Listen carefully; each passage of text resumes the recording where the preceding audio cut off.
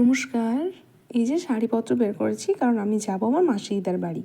কারণ ওখানে হচ্ছে কার্তিক পুজো, মামাকে কার্তিক ঠাকুর দেওয়া হয়েছে, তাই মিষ্টিটা নিয়ে দাঁত খেলাতে খেলাতে ওখানে চলে গেলাম, কারণ সবার সাথে দেখা হবে সেই আনন্দে।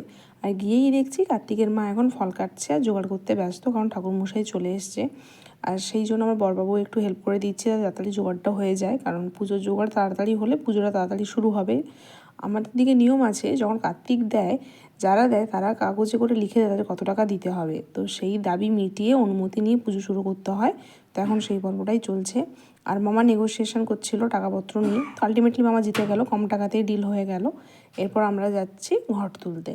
আর ঘর তোলার সাথে সাথে আমরা কিছু বাজিও ফাটাচ্ছিলাম, যেহেতু ছোটো বাচ্চা অনেকে ছিল, বাজিটা হলে দেখতে সবার ভালো লাগবে সেই জন্যে।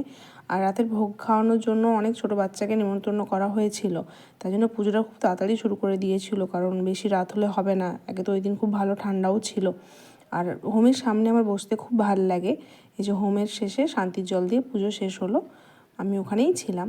তারপর খাওয়া দাওয়া করে রেস্ট নিচ্ছিলাম। আর পরের দিন সকালবেলা চলে গেছিলাম মাছ কিনতে, কারণ আমাদের খাওয়ানো হবে মাছ। তাই অন্যান্য মাছের সঙ্গে সঙ্গে নেওয়া হলো কাতলা। কাতলাটা খুব ভালোও ছিল। আর আমরা মাছ নিয়ে এসে দেখছি রান্নার ঠাকুর এদিকে রান্না শুরু করে দিয়েছে। তারপরে যে খাওয়া দাওয়ার পর্ব চলছিল। আর আমরা খাওয়া দাওয়ার ক্লিপটা নিতে পারিনি, তার কারণ হচ্ছে ওই দিন ছিল আমার ননদের মেয়ের জন্মদিন।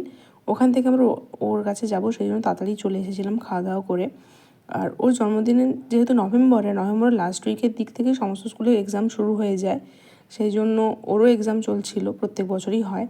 আর ওর খুব দুঃখ, ও জন্মদিনের সময় হচ্ছে এক্সাম চলে, যদিও পরে সেলিব্রেট হয়, কিন্তু জন্মদিনের দিন তো সেলিব্রেট হয় না, তাই ওর বাচ্চা মানুষ তো ওর মনে একটু কষ্ট হয়। ওকে সারপ্রাইজ দিতে আমি আর ওর মামা চলে গেছিলাম ওর কাছে। ওর 8 বছর কমপ্লিট হলো, তো সবাই ওকে আশীর্বাদ করবেন, ওই জন্য অনেক বড় হয়। তো আজকের মতো এটুকুই, টাটা।